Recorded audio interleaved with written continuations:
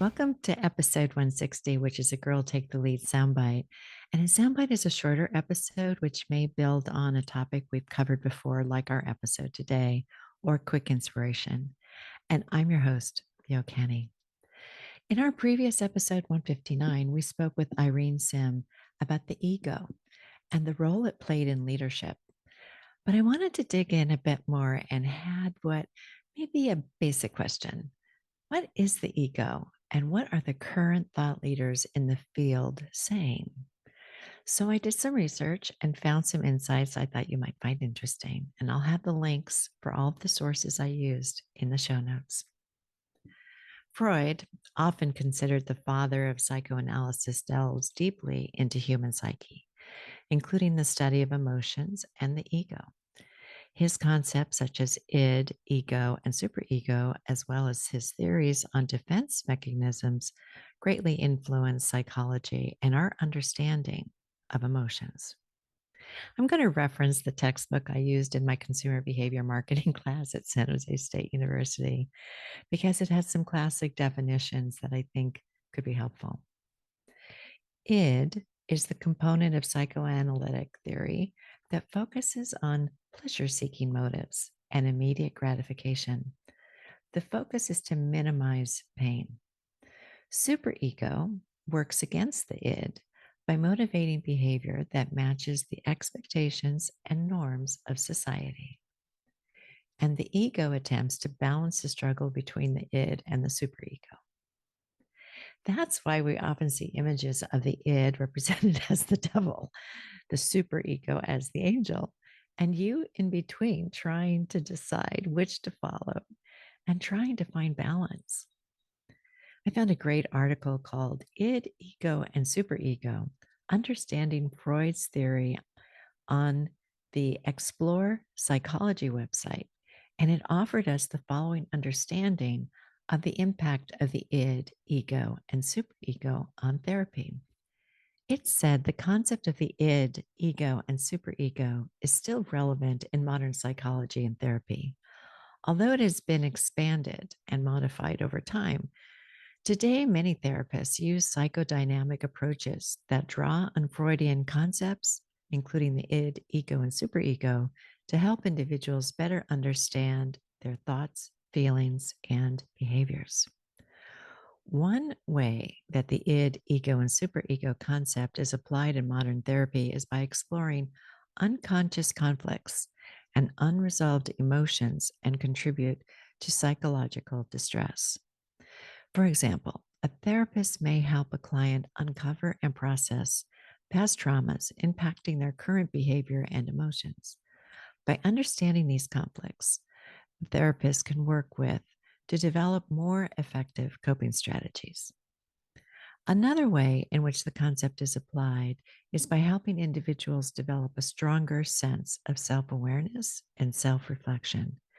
By examining their own thoughts and behaviors, individuals can learn to understand better the motivations and desires that are driving them.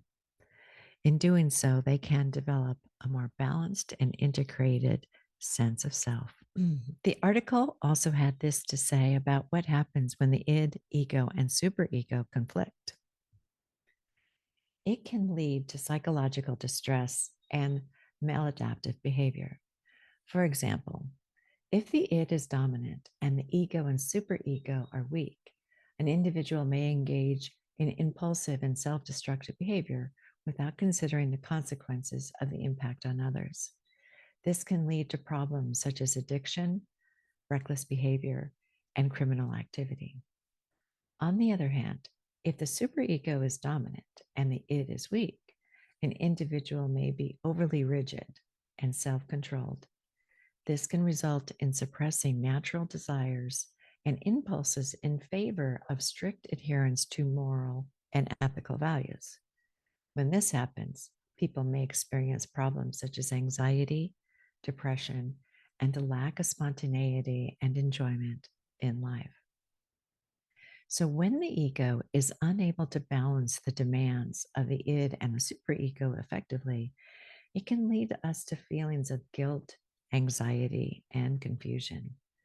This can manifest in symptoms such as compulsive behavior, obsessions, and phobias. Maybe overeating like it was in my life.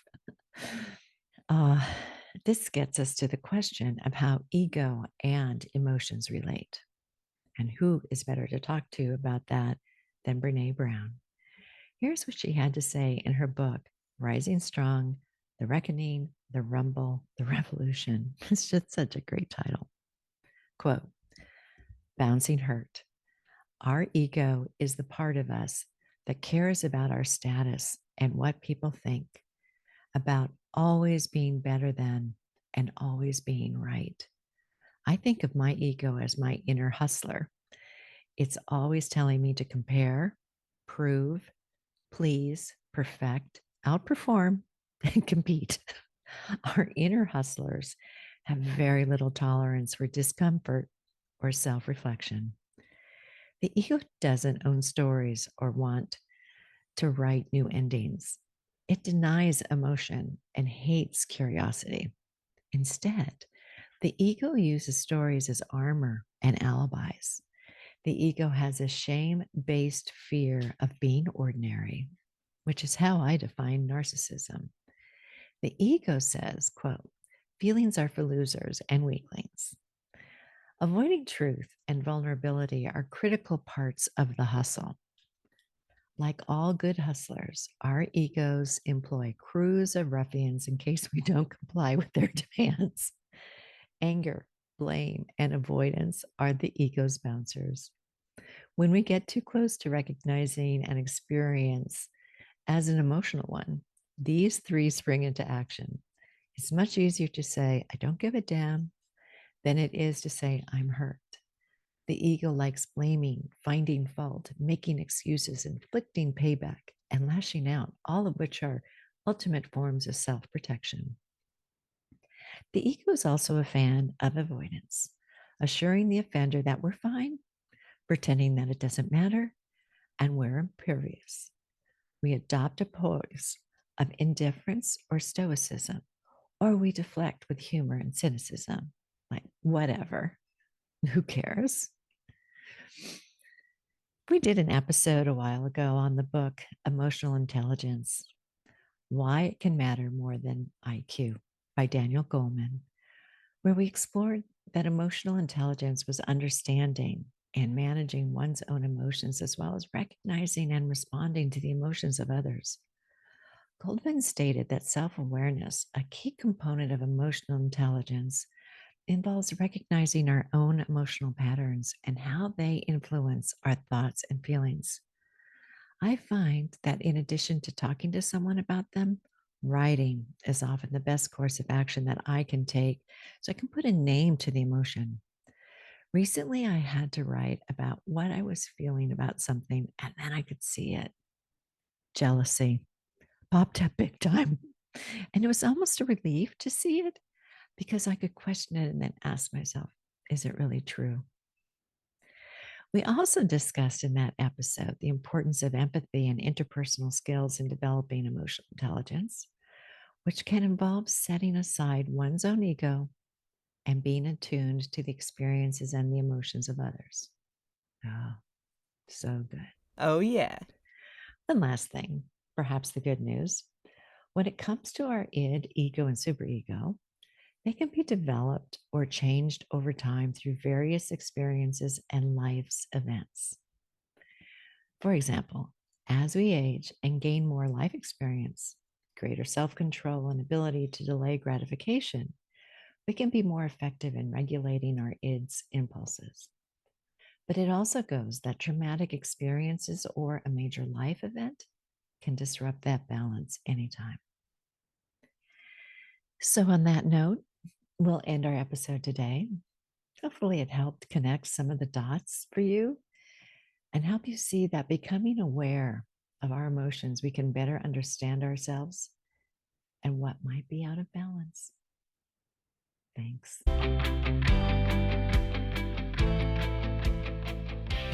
Thank you for listening today, and we sure hope you enjoyed this episode. If you did, please leave a comment wherever you listen to your podcast. Tell a friend about us or Join our public Facebook group, Girl Take the Lead, or visit our website, girltaketheleadpod.com. We also have a YouTube channel where your subscription would be appreciated. Once you're on YouTube, search at Girl Take the Lead. And we've recently expanded into YouTube Music where you can see video of this episode. Our next episode will feature our Gen Z guest, Hannah McDonald Danaker. I just love it when the Gen Z energy is in the house. Hannah is an author, sought after public speaker, and partner in sales and marketing manager at the Better Together group of companies. She also has a podcast, Workish. We had a great time talking about her book, staffing trends, and career advice for all of us. Please join us again. And thanks for being here, and talk to you soon. Bye.